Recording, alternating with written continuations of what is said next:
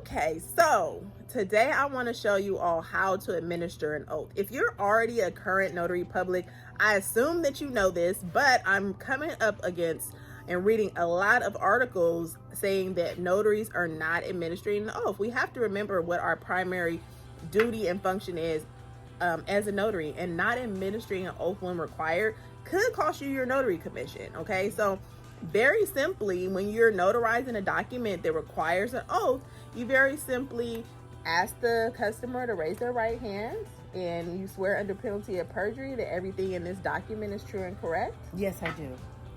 It's just that simple, you all. Not administering this simple oath could cost you your notary commission. And I'm going to talk a little bit further about an article that I read recently from the NNA, just to give you an example of how serious this is. So make sure you're administering your oath when required, okay?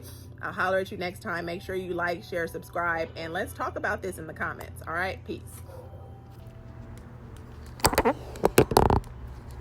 Hello, you all. Welcome back.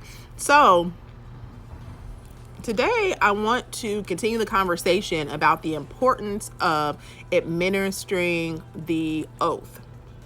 As you just saw at the start of this video, I did a quick sample of what administering an oath is. It takes seconds, literally. Not doing this oath or skipping over this step could cost you your notary commission. So you definitely don't want to take that chance. And I wanted to share with you all the most recent article that came out from the NNA. Hopefully you all are reading these emails. The NNA sends great emails out.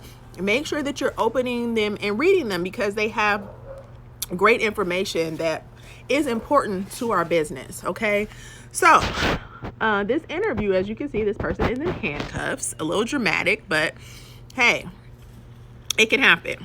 So this was updated October 20th, and it says shortcuts may save time but rarely save the notary whose notarization comes into legal question. Take your time, follow the right steps, and avoid potential misconduct. And I just want to pause right there and say it is easy sometimes to take a shortcut. You're in a rush, you have a line of appointments, and you feel like, oh, this little step isn't important, let me just skip over it. Just please get that out of your mind.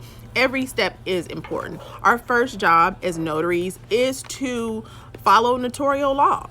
So don't ever skip over a step that is essentially you breaking the notary law of your state. Okay, so it goes on to say it's an all too common occurrence skipping a step in a notarization, especially if it doesn't seem to be important. This is basically what I just said, and you're dealing with your boss. Oh gosh. So but it is the kind of situation that should be avoided like the plague, because it could land you in more trouble than you want, including possible criminal charges. Okay, in this case we're going to talk about today, the NNA highlighted the case in question involved a notary who worked for the owner of a business and performed notarizations as part of her job.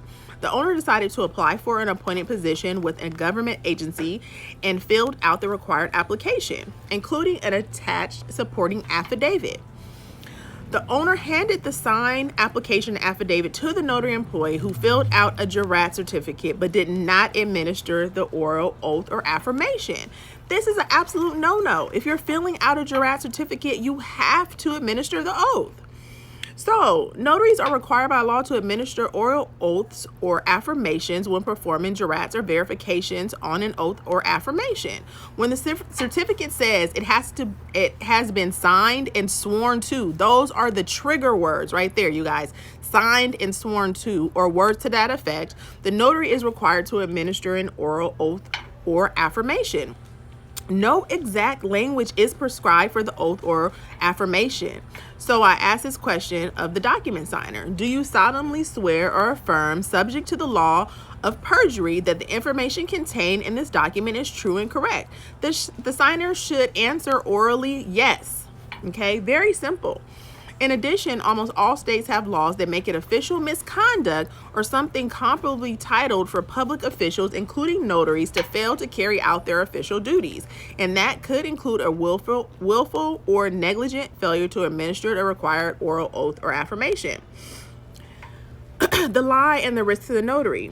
It was discovered that the business owner had lied on the application about some important background information. The local prosecutor charged the boss with the felony crime of perjury for lying in the affidavit.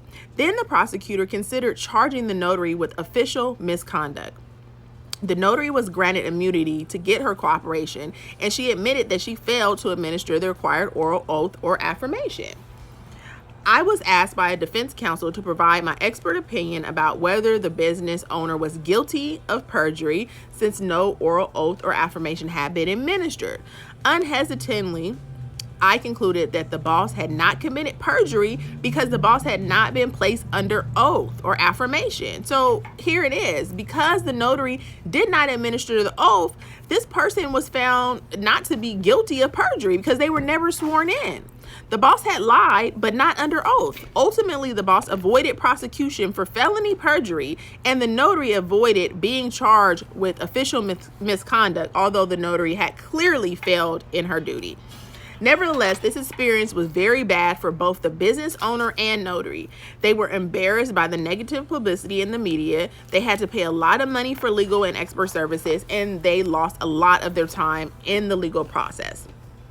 Even though the notary escaped criminal charges, she faced disciplinary proceedings from the Notary Oversight Agency, which filed an administrative complaint against her. That's something nobody wants in this business, okay? The lessons here. This case illustrates several lessons for notaries. Know when an oath or affirmation is required and administer it orally.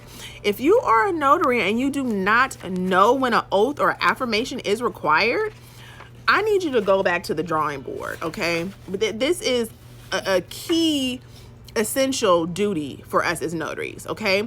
Record the fact that an oral oath or affirmation was administered in your notary journal entry. Do not take shortcuts in performing notarizations for a boss or anyone else. A close friend, a family member, your mother, anybody. Don't do it. Okay, be aware of the crime of official misconduct and avoid it like the plague. I thought this was an amazing article, and I really hope that it has provided some really important information for you all. Administer the oath, you all, at all costs. You don't want to lose your notary commission, and you definitely don't want to face criminal charges. Okay, so until next time, make sure you like, share, and subscribe, and I will talk to you later. Bye.